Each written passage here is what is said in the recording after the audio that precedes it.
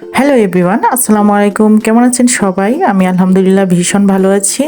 প্রতিদিনের মতো আজকেও চলে এসেছি একটা রেসিপি নিয়ে।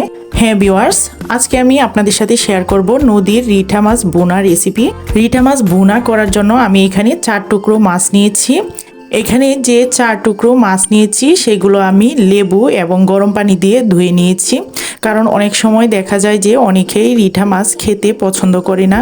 কেন করে না সেটা হচ্ছে রিঠা মাছ থেকে একটা আস্তে গন্ধ বের হয়, আর সেই গন্ধটা অনেকেই নিতে পারে না, তাই এই মাছটা একেবারেই খায় না।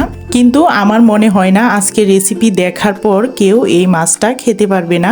মাছের কোনো গন্ধই পাবেন না যদি এক টুকরো লেবু এবং গরম পানি দিয়ে মাছটা ভালোভাবে ধুয়ে পরিষ্কার করে নেন। আমি মাছটাকে অফ ক্যামেরায় খুবই ভালোভাবে ধুয়ে পরিষ্কার করে নিয়েছি। এখন এক এক করে মশলাগুলো একটা বাটিতে তুলে নিচ্ছি। এখানে আমি 2 চামচ পরিমাণে মরিচের গুঁড়া ইউজ করেছি, হাফ চামচ পরিমাণে হলুদের গুঁড়া দিয়ে দিলাম, জিরা পেস্ট।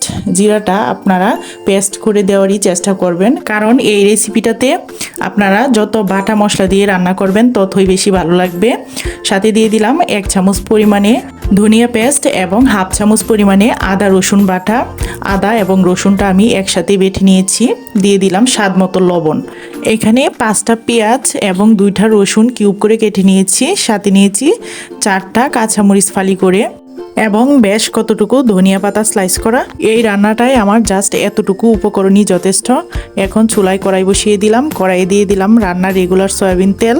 তেলটা গরম হয়ে আসলে আমি এখানে দিয়ে দিলাম পেঁয়াজ রসুনগুলো।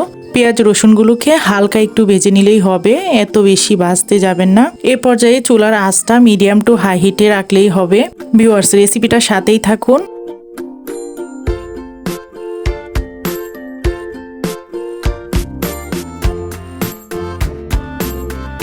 এই তো পেঁয়াজটা হালকা ভেজে নেওয়া হয়ে গিয়েছে। এখন আমি তুলে রাখা মশলাগুলো দিয়ে দিব। মশলাটা দেওয়ার পর মশলাটাকে খুবই ভালোভাবে কষিয়ে নিতে হবে। যে কোনো মাছ ভুনা করেন না কেন, মশলাটাকে যদি খুবই ভালোভাবে কষিয়ে নেন তাহলে তরকারির কালারটা কিন্তু খুবই ভালো আসে। ভিউয়ার্স, আমরা যেহেতু বাঙালি, আমাদের কিন্তু মাছ ছাড়া একদমই চলে না। একদিনও কিন্তু আমরা মাছ না খেয়ে থাকতে পারি না। তো মাছ যেহেতু আমরা প্রতিদিনই খাই, বিভিন্নভাবেই রান্না করি, তারপরও আমি যে প্রসেসে আজকে রান্না করছি, বিশেষ করে এই রিঠা মাছটা, একই মাছ যদি আপনারা একই প্রসেসে রান্না করেন, আশা করছি আপনাদের কাছেও ভালো লাগবে। আবার এই একই মশলা দিয়ে আপনারা বাইম মাছ কিংবা শোল মাছ রান্না করতে পারেন। তবে হ্যাঁ, একটা কথা মাথায় রাখতে হবে যে সব মাছেই কিন্তু আদা রসুনটা ভালো লাগে না। যেমন ধরেন এইখানে আমি রিঠা মাছ রান্না করছি, এখানে আদা রসুন পেস্টটা এই জন্য দিয়েছি যে যেন মাছের যে একটা আস্তে গন্ধ থাকে, বা রিঠা মাছ অনেকেই খেতে পারে না, পারফেক্ট একটা স্বাদ আনার জন্য আমি এখানে আদা রসুন ইউজ করেছি। ঢাকনা দিয়ে ঢেকে 5 মিনিটের মতো আমি মশলাটাকে কষিয়ে নিয়েছি। ভিউয়ার্স, আপনারা দেখতেই পাচ্ছেন, যখন দেখবেন এমন যে মশলাটার উপর থেকে তেল ছেড়ে দিয়েছে, তখনই বুঝতে পারবেন যে খুবই ভালোভাবে কষিয়ে নেওয়া হয়ে গিয়েছে মশলাটা। ঢাকনাটা সরানোর পর আমি আরও 3 মিনিটের মতো মশলাটাকে কষিয়ে নিচ্ছি, কারণ মশলা যত কষাবেন তরকারির কালারটা ততটাই ভালো আসবে। এই পর্যায়ে মাছগুলো দিয়ে দিব। মাছ দেওয়ার পর মশলাটার সাথে নেড়ে ছেড়ে মিশিয়ে দিতে হবে। আর হ্যাঁ, এই অবস্থায় কিন্তু আপনারা অবশ্যই চুলার আঁচটা মিডিয়াম টু লো হিটে রাখবেন।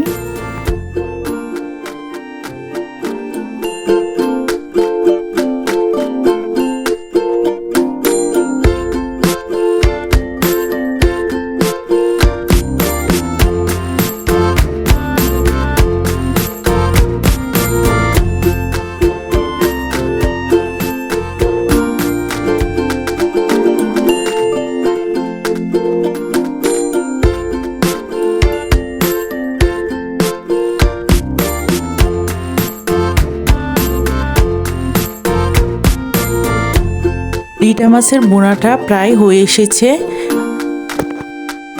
আর তরকারিটা নামানোর 5 মিনিট আগে আমি এখানে দিয়ে দিলাম কাঁচামরিচ ফালি করা এবং ধনিয়া পাতা স্লাইস করা। এই রেসিপিটায় অবশ্যই ধনিয়া পাতা দেওয়ার চেষ্টা করবেন, কারণ ধনিয়া পাতা দিলে এই রেসিপিটাতে খুবই সুন্দর একটা স্মেল বের হয়।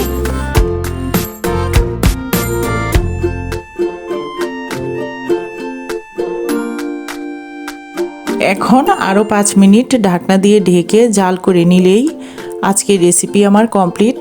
সো ভিউয়ার্স, আজকের রেসিপিটা কেমন লাগলো অবশ্যই কমেন্টে জানাবেন।